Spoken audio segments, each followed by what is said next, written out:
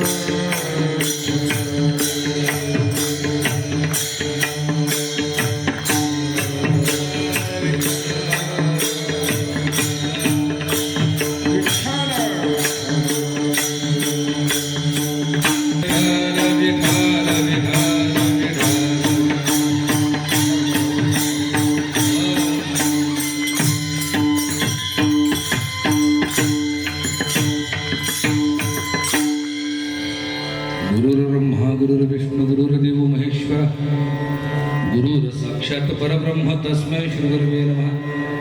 ब्रह्मानंदं परमसुखदं केवलं ज्ञानमूर्ति तद्वातीतं सदृशं तत्त्वमस्यात् लक्षणम् एकं नित्यविमलमचलं सर्वदी साक्षीभूतं भावार्थितं त्रिगुणरहितं सद्गुरुं तं नमामि पुण्डरीकवरदा हरिविठ्ठल. श्री गणेशाय नमः. श्री सरस्वते नमः. ओम नमोजी सद्गुरुनाथा आपल्या चरणी माझा माथा वचन ऐकावे कमलापती माझी रंकाची विनंती कर जोडी तो कथे काळी आपण असावे जवळी पांडुरंगा करू पांडुरंगा करू प्रथम दुसरे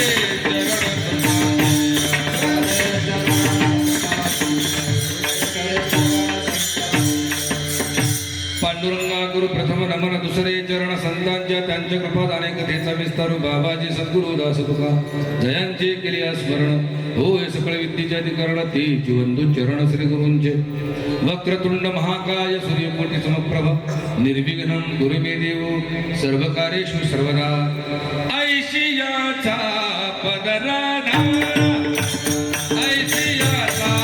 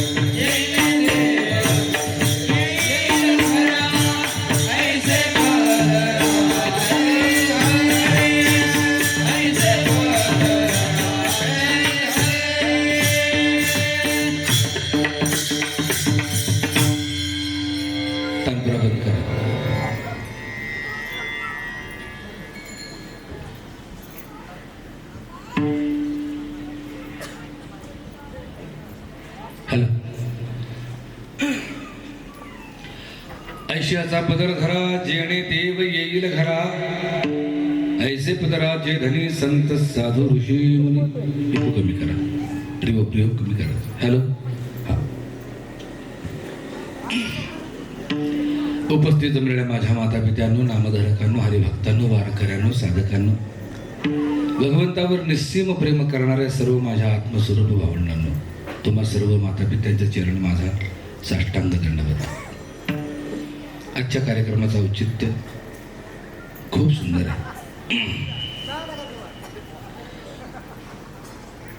पितृतुल्य असणारं व्यक्तिमत्व श्री हरिभक्त परायण नारायणराव श्रीपती जगताप यांच्या 95व्या अभिष्ट चिंतन सोहळ्यानिमित्त आजची कीर्तन सेवा आहे.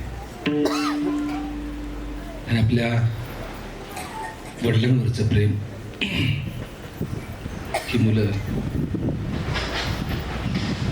श्री अजिनाथ आणि दत्तात्रय उर्फ DN जगताप मुलगी सवालका काय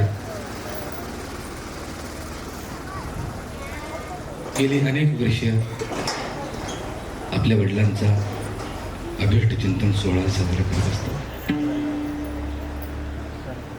आई आईच असते.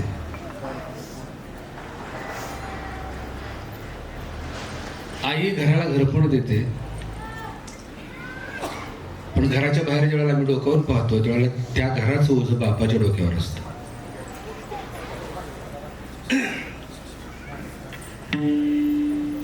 काटा लागला, छोट गोष्ट काय घडली, छोट संकट आलं तर आई ग म्हणतो आम्ही.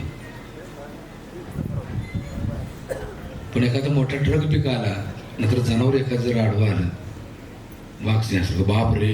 म्हणजे मोठ्या संकटाला आम्ही बापाला हाक मारत असतो, लहान संकटाला आम्ही आईला हाक मारत असतो.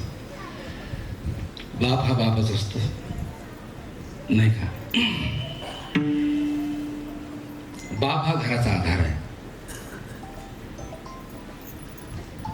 बापाबद्दल बोलावं तेवढं थोडंच आहे. आई आणि बाप ही ज्याची आहेत, लक्षात आलं का? तो जगताचा स्वामी आहे, लक्षात ठेवा.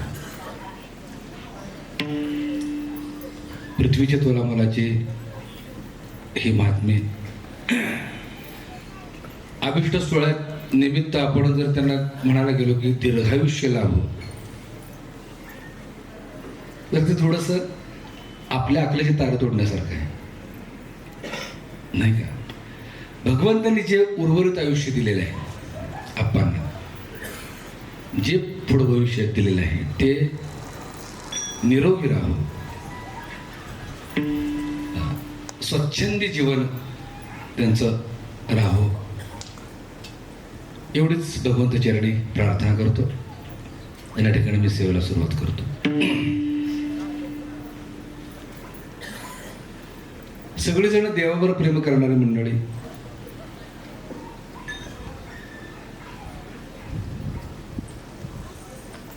देव कुणाकुणाला आवडतो हात वर करा बरं जरा.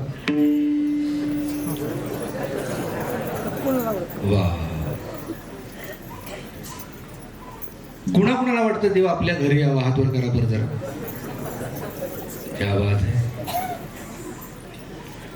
कुणाकुणाला वाटतं आपण देवाच्या घरी लवकर जावं, हात वर करा जरा.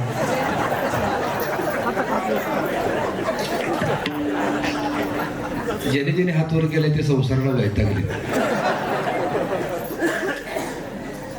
देवा घेऊन जा, आता बाद झाला संसार. एक गोष्ट सांगू, तुम्ही आम्ही या मनुष्य युनित आलोय ना, त्याच्या पाठीमागचं कारण आहे देवाच्या घरी जाण्यासाठी. देवाच्या घरी जाण्यासाठी सर्वात उत्तम माध्यम भगवंतांनी अर्जुनाला सांगताना सांगितलं की अर्जुना, सर्व जन्माच्या शेवटी हा मनुष्य देह पावे पाठी, या परी उत्तम किरीटे मी रचले नाही. याच्यापेक्षा उत्तम प्रतीचा देह मी जन्मालाच घातलेला नाही, कारण येणे जन्मे मज ओळखावे, येथेचीच आपणा ते उद्धरावे आणि येथेचीच जोडावे नरक यातनेस. थोडासा बेस कमी करा म्हणजे ब्लो येणार नाही. याच मनुष्य देहाच्या शाबाश. ध्वनी व्यवस्था खरंच सुंदर आहे बरं तुमची, वाजच नाही. आमच्या संवादासाठी जरा जोरदार कड्या वाजल्या तर म्हटलं की ताक ओळखते बाबा, ते खूप सुंदर आहे.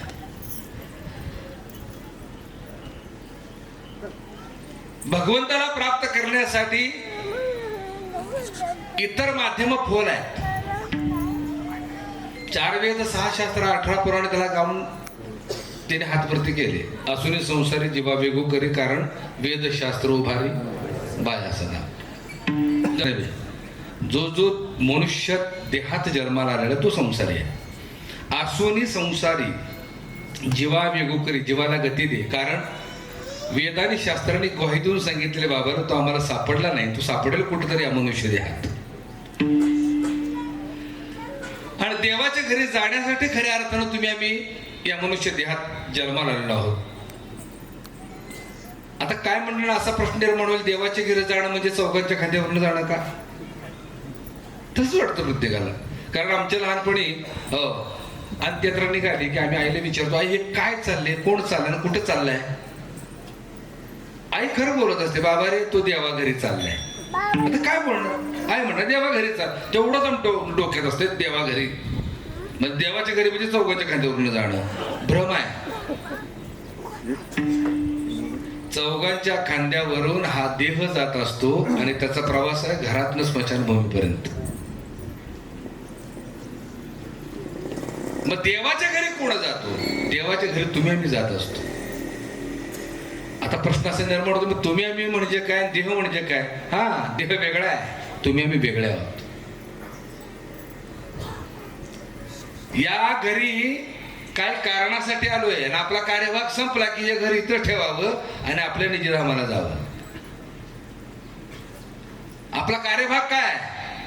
आत्मया परमात्मया, परमसुख भेटी झाली या मग नव्हेच्या वाया स्मरण विसरता.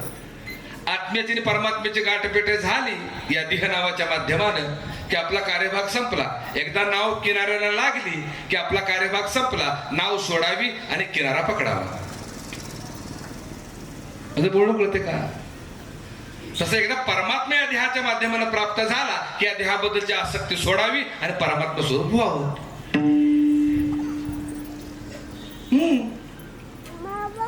म्हणजे देवाच्या घरी कसं जायचं, परमात्मा स्वरूप कसं व्हायचं? सोपं आहे. देवाच्या घरी जाण्याला ध्यान म्हणतात.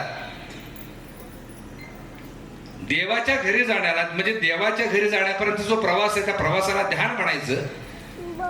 आणि एकदा देवाच्या घरी पोहोचलो आणि जीवन शिव एकरूप झाला की त्याला समाधी म्हणायचं.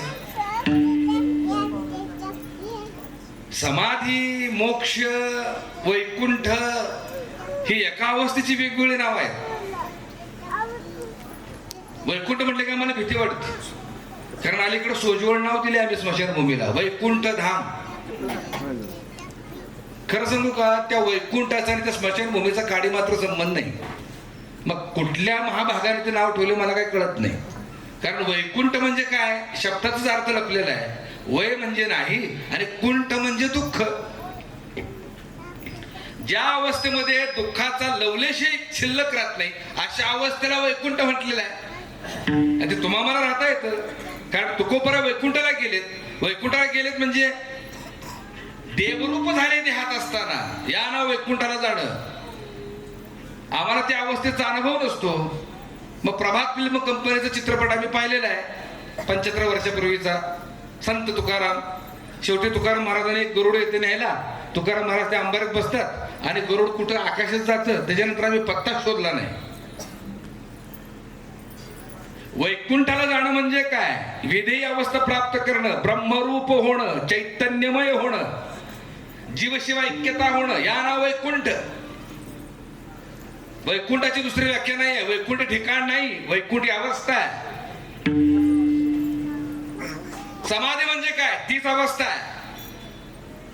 समाधी म्हणजे ज्या अवस्थेमध्ये समाधान ओसंडून वाहतं त्याला समाधी म्हणतात. समाधी या शब्दाबद्दल आम्ही थोडस गंभीर आहे, कारण समाधी म्हटलं की कुठेतरी खड्डा काढा, नाही का, आत जावा, वर्ण शिळा लावून घ्या, आत गुदमरून मारा. दैनंदिन जीवनामध्ये प्रपंच करत असताना वृत्ती शून्य ज्याची होते, मन ज्याचं उन्मन होतं, लक्षात आलं का, चित्त निर्विकारी होतं, त्या अवस्थेला समाधी अवस्था म्हणतात. आणि ज्ञानोबाने अनुभव सांगताना तोच आपल्या हरिपाठात सांगितलाय. ज्ञानदेव प्रमाण निवृत्ती देवी ज्ञान समाधी संजीवन हरिपाठ. त्याचा अर्थ काय? ज्ञानदेव प्रमाण, प्रमाण शब्दाचा अर्थ मी वचन देतो. हो, निवृत्ती देवी ज्ञान म्हणजे निवृत्ती दादांच्या अनुग्रहानं सहज चालता बोलता संजीवन समाधीचा मी अनुभव घेतोय. संजीवन म्हणजे अखंड, हा त्याचा अर्थ आहे. भूमिका समजून घ्या. आणि म्हणून देवाच्या गावी जाणं म्हणजे आत्म्याचा परमात्म्यापर्यंतचा प्रवास आहे. आणि देवाच्या गावी जाऊन त्याच्याशी एकरूप होणं म्हणजे समाधी आहे, वैकुंठ आहे, निजधाम आहे, परमधाम आहे, मोक्ष आहे. मोक्ष म्हणले की आम्हाला जरा वेगळंच वाटतं. देवा मोक्ष दे रे बाबा. देह टाकून मोक्ष अनुभव घ्यायचा नसतो, देहात असतानाच मोक्षाचा अनुभव घ्यायचा असतो. हो, भूमिका समजून घ्या. साधं सोपं उदाहरण आहे. मोक्ष म्हणजे काय? आतून मरण. मोक्ष म्हणजे काय? आतून मरण. आणि मृत्यू म्हणजे काय? बाहेरून मरण. बाहेरून मरण सगळ्यांनाच जमतं हो. जमतं म्हणण्यापेक्षा ते जावंच लागतं. कोण थांबायला आलाच नाही. बाहेरून प्रत्येक जण मरतो हो, पण आतून मरण्याची कला जोपर्यंत प्राप्त होत नाही तोपर्यंत भव दुःखातून जीव मुक्त होत नाही. लक्षात ठेवा. जे तुम्ही दैनंदिन दुःख भोगतोय ना त्याच्या पाठीमागचं कारण काय आहे? आतून कोण मेलेलं नाही. तर आतून मरण म्हणजे काय? आतल्याशी कनेक्टिव्हिटी तोडणं. माझं बोलणं कळते का? आतल्याशी कनेक्टिव्हिटी तोडणं म्हणजे आतून मरण. काय मंडळी म्हणतील महाराज मग आत कनेक्टिव्हिटी कशी तोडायची? आत कोण कोण आहे? बरीच जण आहेत. बाहेर फार कमी आहे. त्याच्या कितीतरी पटीने आत आहेत. काम क्रोध मोह मत्सर अहंकार दंभ छळ कपट द्वेष निंदा आशा तृषा कल्पना कामना वासना भावना इच्छा तृषा तमन्ना संकल्प विकल्प भेद खेद संशय सगळ्या ठासून भरलेले आहेत.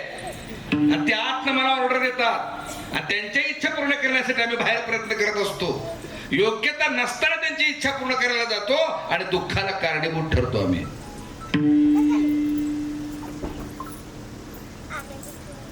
शेजाऱ्याने 3 कोटीचा बंगला बांधला. ती लेकरं जरा पहा ते काय कशाला उचला ना. जे समजूतदार आहे जे जाणते त्यांनी उचला ना त्या लेकरांना.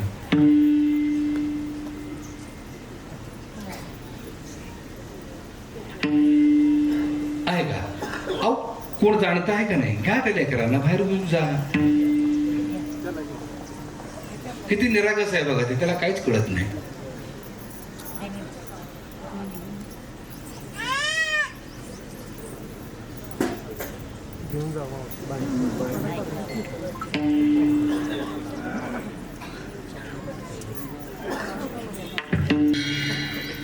शेजाऱ्याने 3 कोटीचा बंगला बांधला.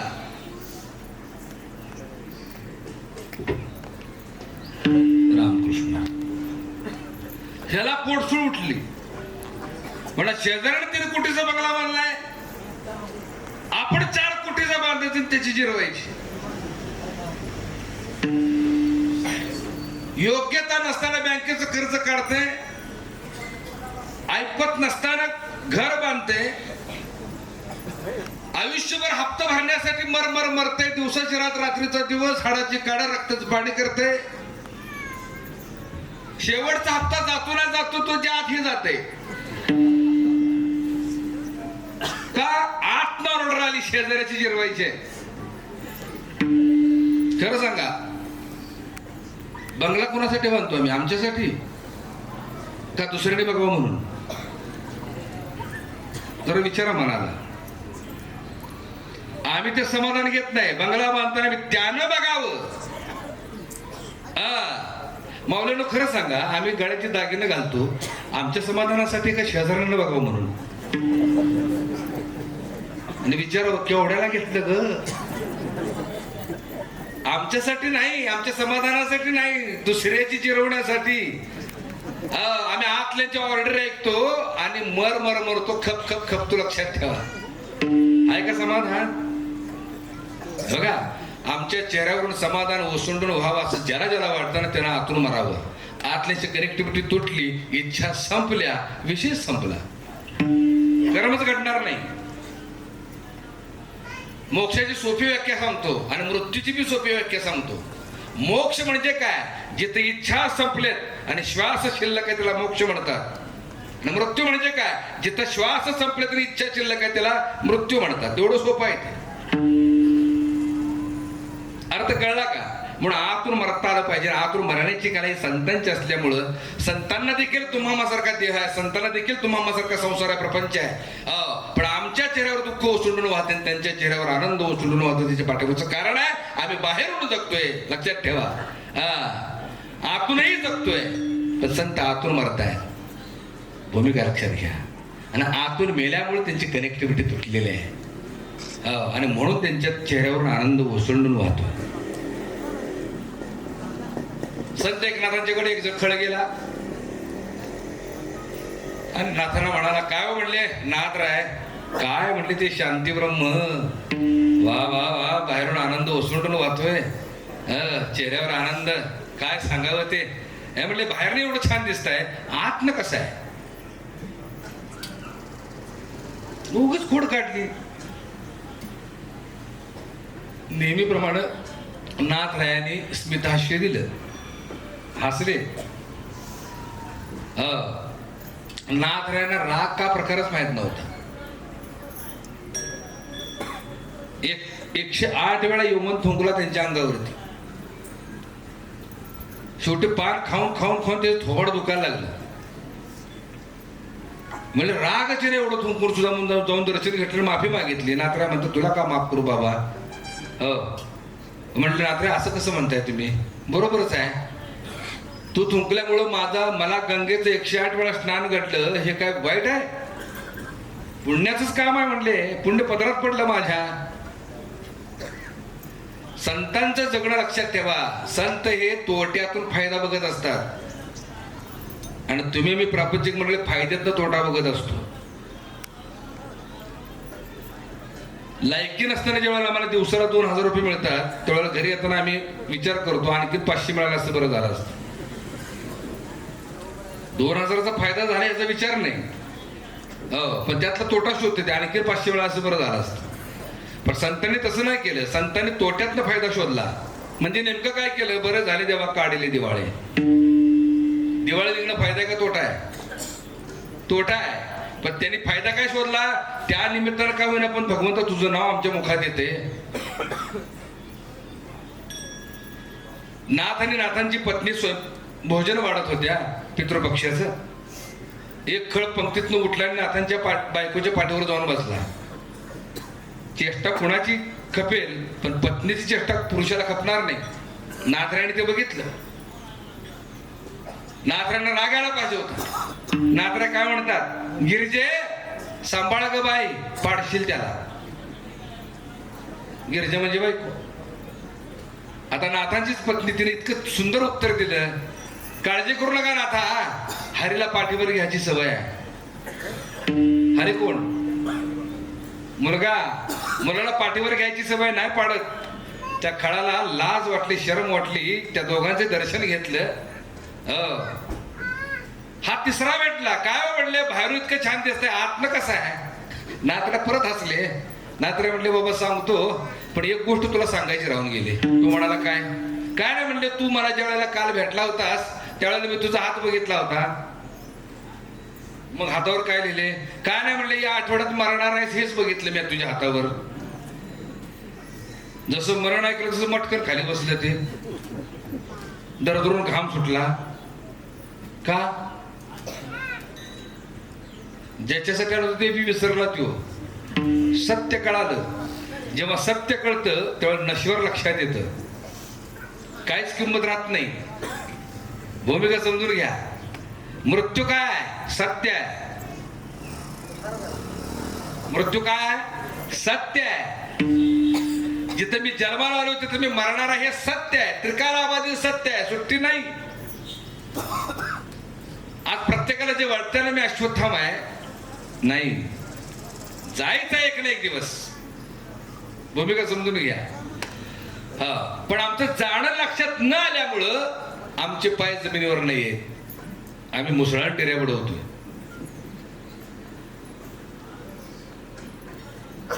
तुम्हाला कोण म्हटलं या 3 दिवसात तुम्ही मरणार आहे. तुम्ही जमिनीचे भाव विचारायला जाल का, जायला विचारायला. मावळ्यानं तुम्हाला कोणी सांगितलं तुम्ही 3 दिवसात मरणार आहे. सोन्याचे भाव काढायला जाल का, सोनाराचे दुकान. पायाखालची जमीन सरकते त्यावेळेला काय करावं कळत नाही. तसं त्याला काय करावं कळालं नाही. ते उठलं तसं घरी गेलं. कारण प्रत्यक्ष नाथरायाने सांगितलं तू आठवड्यात मरणार आहेस. 5-6 दिवस गेले. 6व्या दिवशी रात्री त्याच्या दारात मातम पसरलं. हजारोंची गर्दी झाली.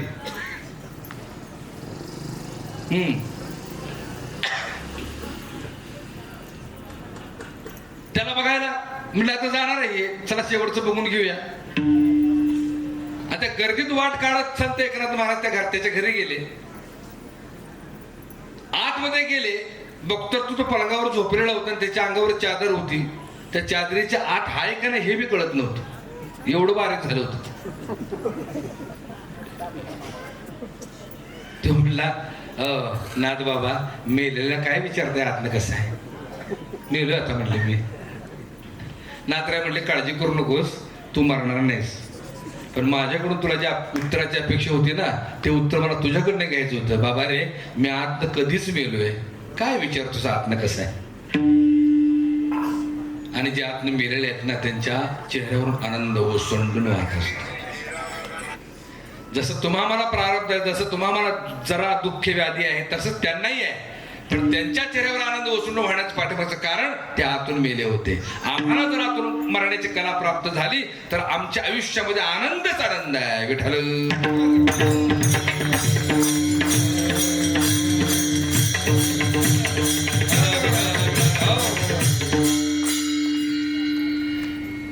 अभंगाकडे येऊया. अभंग ज्ञानोबा माऊलींचा आहे. कानोबा तुझी गोंगडी चांगली चांगली, आम्हासी का दिली वांगुली रे. स्वागत सचिदानंद रूपे मिळून शुद्ध सत्व गुणे विणली रे. षडगुण गोंडे रत्न जडित तुझ श्याम सुंदरा शोभली रे. कानोबा तुझी गोंगडी चांगली, षड विकार षड वैरी मिळवणी तापत्रये विणली रे. नवा ठाई फाटून गेली ती त्वा आम्हासी दिधली रे. कानोबा तुझी घोंगडी चांगली, आम्हासी का दिली वांगुली रे. ऋषी मुनी ध्याता मुखी नाम गाता, संदेह वृत्ती विरली रे. बाप रखुमा देवीवर विठ्ठले, तत्वपदी वृत्ती मुरली रे. कानोबा हो राहिले, पण तू मोठं होतोय म्हणून मी विचार केलेले आहेत. त्रिगुणाने नरकमुताने भरली रे. भूमिका अशी आहे, ज्ञानोबरांचं जर जीवन पाहिलं तर भक्तीने चिंब भिजलेलं त्यांचं अंतःकरण आहे. ज्ञानोबरांच्या अभंगाकडे जर बघितलं, सूक्ष्म दृष्टिकोनाने जर बघितलं, तर अभंग सगळे भक्तीनं चिंब भिजलेले आहेत आणि सगळेच अभंग स्त्रियांगानं नटलेले आहेत. कारण भक्तीचा जन्म हृदयातून होत असतो आणि ज्ञानाचा जन्म बुद्धीतून होत असतो. आणि जे हृदयाने निर्णय घेतात, लक्षात आलं का, ते खऱ्या अर्थानं भक्तीनं चिंब भिजलेले आहेत. आणि जे बुद्धीने निर्णय घेतात ना, ते फार तार्किक आहेत. संदेह संशय तर्क ओतप्रोत भरलेला असतो त्यांच्या अंगी. माता मौल्यांचं जर आयुष्य बघितलं तर माता मौल्यांचा कार्यभाग कसा आहे, ते हृदयाने निर्णय घेतात आणि तुम्ही आम्ही बुद्धीने निर्णय घेतो. बुद्धी तर्क लावते, हृदय अकारण प्रेम करत. परमार्थामध्ये देखील तसंच आहे. बुद्धीनं ज्ञान प्राप्त करावं, पण हृदयानं भक्ती करावी. कारण भगवंत हा ज्ञानियाजवळ नाही तर भगवंत हा भक्ताजवळ आहे. भूमिका समजून घ्या. जोपर्यंत आमचं अंतःकरण भक्तीने चिंब भिजत नाही तोपर्यंत परमात्मा आमचा होत नाही. अलीकडे काय झालंय, कुंपणानं शेत खाल्लेलं आहे. कुंपणानं शेत खाणं प्रकार काय आहे? कुंपण का लावतो? जमिनीचं रक्षण व्हावं म्हणून. पण त्या जमिनीच्या रक्षणासाठी कुंपण इतकं लावलं ती कुंपण इतकं वाढलं हो, कुंपणच राहिलं, जमीनच गायब झाली. तसं ज्याच्या प्राप्ती करता, ज्या भगवंताच्या प्राप्ती करता ज्ञान प्राप्त करावं, ते ज्ञान इतकं साठलं देवच गायब झाला. भूमिका समजून घ्या. आजकाल कोण भक्तीच्या अंगाने परमात्म्याकडे जायला त्यांना प्रत्येक जण ज्ञान प्राप्त करतोय. जरूर ज्ञान प्राप्त करावं, पण कुठेपर्यंत? मी सुरुवातीला सांगितलं, एकदा किनारा प्राप्त झाला की ती नाव सोडावी, तसं एकदा तो कळाला की ज्ञान बी टाकून द्यावं. भूमिका समजून घ्या. टाळाटाळी लोपला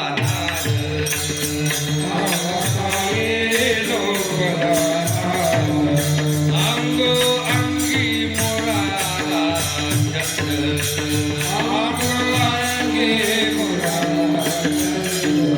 भोग भोगिताची अकला भेद, भोग भोगिताची अकला भेद.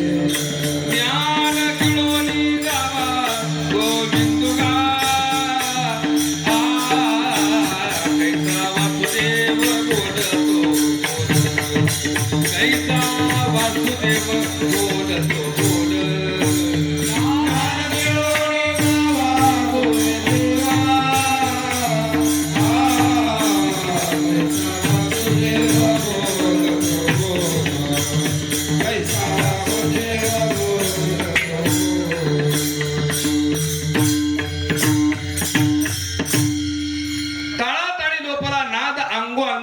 छंद भोग भोगित आटला भेद, ज्ञान गिळोनी गावा गोविंदुगा.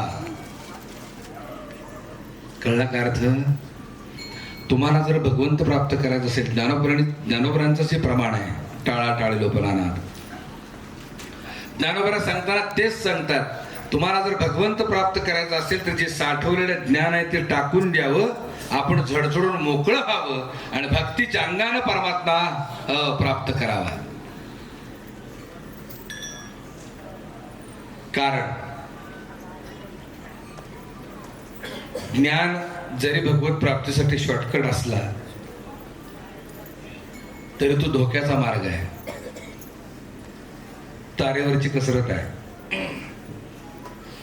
कारण ज्ञानाला भक्तीची जोड असावी. आम्ही भक्तीची जोड न देता ज्यावेळेला ज्ञानाच्याच बळाने देवाला प्राप्त करायला जातो त्यावेळेला अनेक संकटांना सामोरं जावं लागतं. काय ज्ञानी मंडळी म्हणतात, ज्ञान मार्ग हा शॉर्टकट आहे, पटकन देवापर्यंत जाता येतं. हा तुमचा भक्ती मार्ग म्हणजे कधी देव भेटायचं गॅरंटीच नाही. मान्य आहे, ज्ञान मार्ग शॉर्टकट आहे, मान्य आहे, पण धोके माहित आहेत का? मी नेहमी दृष्टांत देत असतो. आम्ही लांब लांब कीर्तनाला जातो. दररोज आम्ही 300, 400, 500 किलोमीटर प्रवास करत असतो. दररोज आमचं चालूच आहे. बरं, आम्हाला गावं बी माहीत नसतात. फोनवरनं तारखा घेतलेल्या असतात.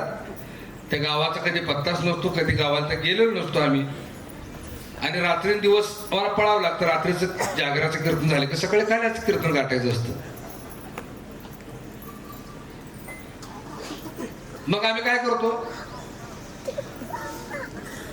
आमचा ड्रायव्हर काय करतो माहिती का, मोबाईलवरती मॅप टाकतो. मॅप ते गावाचं नाव टाईप करतो आणि मॅप टाकतो. ते मॅप घोटाळा काय करतो माहितीये का, चांगला रस्ता सोडतो आणि शॉर्टकट काढतो.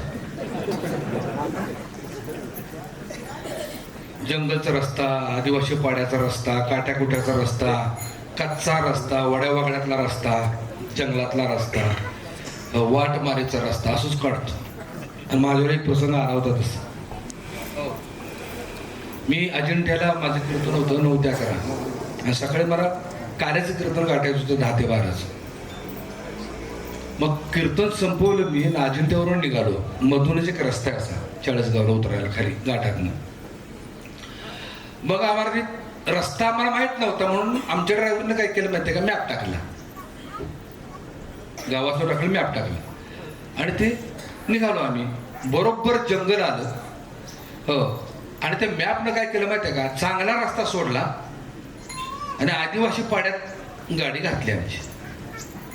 आता ड्रायव्हर ते मॅपप्रमाणे आदिवासी पाड्यात गाडी नेली. आदिवासी पाड्यामध्ये 10-12 घरं होती. 2-3 वेडे मारले गाडीनं आणि मॅप झालं बंद. मॅप जसं बंद झालं आम्हाला प्रश्न पडला का, तर जायचं कसं. गावातल्या लोकांना संशय आला, त्या आदिवासी लोकांना. 10-12 जण काटे घेऊन आले बाहेर आणि बॉनेटवर आपटायला लागले हात. चला बाहेर या, बाहेर या. घाबरलो मी, म्हणलं काय खरं नाही आपलं आता. मग घडल्या प्रसंग सांगतोय. मग मी काय केलं, 2 इंच काच खाली घेतली. बाबारे म्हणलं आमच्या मॅपनं घोटाळा केलाय, मला कीर्तनाला जायचंय. हो, उगीच वेगळा गैरसमज करून घेऊ नका, हे तो आमचा चांगला, आम्हाला कीर्तनाला जायचंय. काच खाली घेऊन बाहेर ये चाल. मी ड्रायव्हरला म्हटलं बहुतेक कार्याचं कीर्तन आपल्या इथंच होते बाबा, काय खरं नाही. मग त्यावेळेला मी डोकं लढवलं. माझ्या खिशात मोबाईल होतो, तो मोबाईल काढला, माझंच कीर्तन मी मोबाईलवर लावलं युट्यूबला. हो, सुदैवाने रेंज होती. हो, कीर्तन ओपन झालं युट्यूबचं. आणि जरा काच खाली घेऊन म्हटलं ह्यांना ओळखता का. त्यातला एक जण म्हटला ओळखतो की म्हणले बाळकृष्ण महाराज आहेत. तसा जीवात जीव आला. सगळीच काच खाली घेतली. बाबा रे मीच आहे ती बाळकृष्ण महाराज. तेव्हा वाचलो. नशीब त्यावेळेला रेंज होती, नाहीतर आता मी रेंज मध्ये नसतो. मला सांगायचंय काय, ज्ञान मार्ग जरी शॉर्टकट असला तर वाट मारायला सामोरं जावं लागतं. ते वाट मारे कोणाचे ज्ञानेश्वरी सांगितले. हे ज्ञान निधीचे भुजंग विषय दरीचे वाघ, भजन मार्गीचे मांग मार्गीचे. कोण, काम आणि क्रोध हे ज्ञान मार्गातले खूप डेंजर असे मारेकरी आहेत. हो, अडवून खेळवून मारतात. भक्ती मार्ग खूप सोपा, लक्षात ठेवा. आणि ज्ञान मार्गाचा शेवट खूप वाईट. आणि भक्ती मार्गाचा शेवट गेलेला कळतच नाही का. झाकले या घटीचा दिवा नेणी जे काय झाला किंवा या रीती जो पांडवा देह ठेवी. इतकं सोपं आहे ते. ज्ञानाचं ओझं बी नाही हो. आणि ज्ञान नसल्यामुळं तर्क बी नाही, तर्क नसल्यामुळे संदेह नाही, संशय नाही, संशय नसल्यामुळे दुःख नाही. भक्ती विश्वासाने केली जाते. मगाच मी सांगितलं, हृदय हे आकारण प्रेम करत आणि बुद्धी तर्क लावत असते. भूमिका समजून घ्या. थोडक्यात सांगतो, एक दृष्टांत देतो. शेवट कसा आहे ज्ञान मार्गाचा. एक उंच झाड होतं, जवळजवळ 125 ते 150 फूट उंच झाड होतं.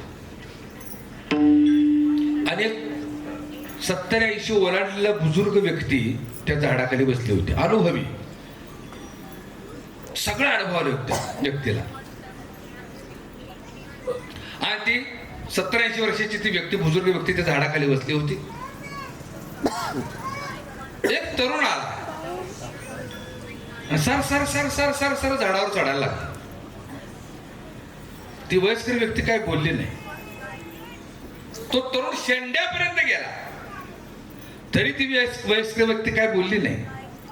शेंड्यावरून परत खाली यायला लागला, तरी ती व्यक्ती काय बोलली नाही. आणि येता येता जमीन फक्त 4 फुटावर राहिली. किती, एवढंच 4 फुटावर जमीन राहिली. ती बुजुर्ग व्यक्ती काय म्हणली माहिती का, ए बाबा सांभाळून पडशील. किती फुटावर राहिले, 4 फुटावर. त्या तरुणाने उडी मारली. म्हणले म्हाताऱ्या तुला काय अक्कल आहे का, डोकं फिरले का तुझं. म्हणले जमीन राहिली 4 फुटावर. मग एवढा वर गेलो तेव्हा काय बोलला नाहीस, एवढा वरनं खाली आलो तेव्हा काय बोलला नाहीस, आणि 4 फुटावर राहिलं म्हणतो तुझं बरं पडशील. ते बुजुर्ग व्यक्तीने उत्तर काय दिलं आहे का, बाबा रे माझ्या आयुष्यामध्ये परमार्थिक मार्गामध्ये ज्ञान मार्गाने उंच टोकाला गेलेले मी बघितले, पण शेवटी त्यांचा पाय घसरलाय म्हणून म्हटलं पडशील. अर्थ कळला का. शेवटी अहो शेवटी आयुष्यभर ज्यांनी भजन केलेले आहेत, आयुष्यभर ज्यांनी वाऱ्या केलेल्या आहेत, आयुष्यभर ज्यांनी चिंतन केलेलं आहे, त्याचं शेवटी त्याची इंद्रिय ताब्यात राहिलेली नाही. एवढं सोपं आहे का ते. म्हणून ज्ञान मिळून गावा गोविंद गा विठ्ठल.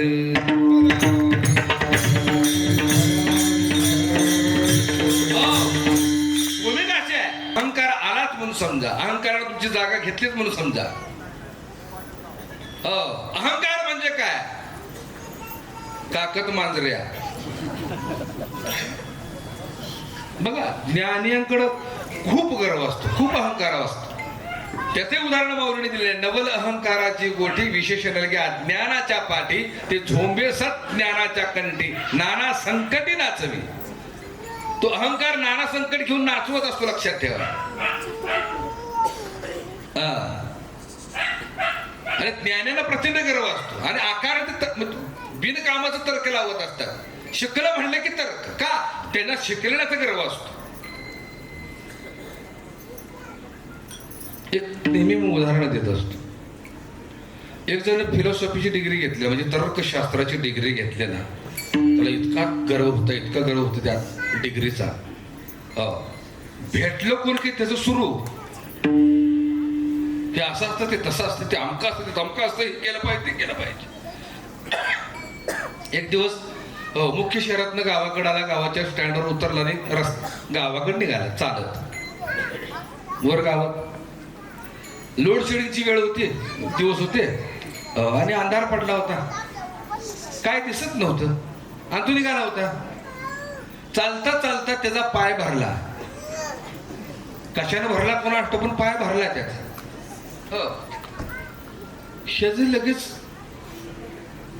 तर्काचा किडा वळवळायला लागला. पाय कशाने भरला असावा, का तुला करायचं, उजेडात गेले बघ की. छे छे, उगी डिग्री घेतल्या का, आता सोक्ष मोक्ष. भरका पाय वर घेतला आणि हातात घेतलं, वल लागलं. आता वल लागले, बाद झालं. हातात घेण्यापर्यंत तुझी मजल गेल्या, उजेडात गेले बघ. छे छे, उगी डिग्री घेतल्या का म्हणून नाकाकडे घेऊन गेला. त्याला झाली होती सर्दी, वास बी येईना. तुम्ही का हसताय,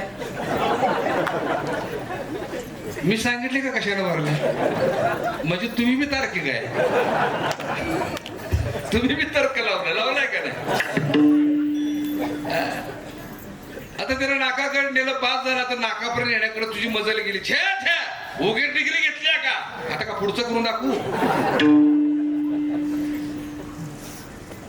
संशय हा मुनी घोर, तुझे पाप नाही थोर, ही विनाशाचे वाघोर प्राण्याचे, म्हणून ज्ञान गिळून गावा. ज्ञानोपाराने ज्ञानेश्वरी लिहिली, अमृत अनुभवलेला, चांगदेव पासून लिहिलेली, हरिपाठ लिहिला, अभंग गाथा लिहिली, विरहिण्या लिहिल्या, सगळ्या गोष्टी केल्या.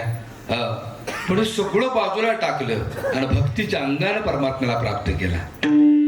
कारण त्यांचं शरीर, त्यांचं संपूर्ण आयुष्य हे भक्तीनं चिंब घेतलेलं आहे. हे कशावरून दिसतं माहितीये का, त्यांच्या साहित्यावरून दिसतं. त्यांच्या साहित्यामध्ये, त्यांच्या विरहिणींमध्ये स्त्रियांगाला नटलेले शब्द आहेत बघा. स्त्रीत्वाकडे घेऊन जाणारे, भक्तीकडे घेऊन जाणारे शब्द आहेत. रूप पाहता लोचनी सुख झाले हो साजणी. साजणी हा शब्द बघा, माऊली पुरुष आहे, पण स्त्रियांगाने सगळं त्यांचं शरीर नटलेलं आहे, भक्तीनं चिंब भेदलेलं आहे, त्यांचं आयुष्य पूर्ण राधामय झालेलं आहे. जसं मैत्रिणीशी सलगी करी, एक मैत्रीण दुसऱ्या मैत्रिणीबरोबर सलगी करते, तसं ज्ञानोपर आहे, प्रत्येक विरहिणीतून सलगी करतात. पहिलं तो गे काऊ कोकताय शपून घे माये. भूमिका समजून घ्या, किती तरी विरहिणी आहेत. पडिले दूर देशी, पडिले दूर देशी, पडिले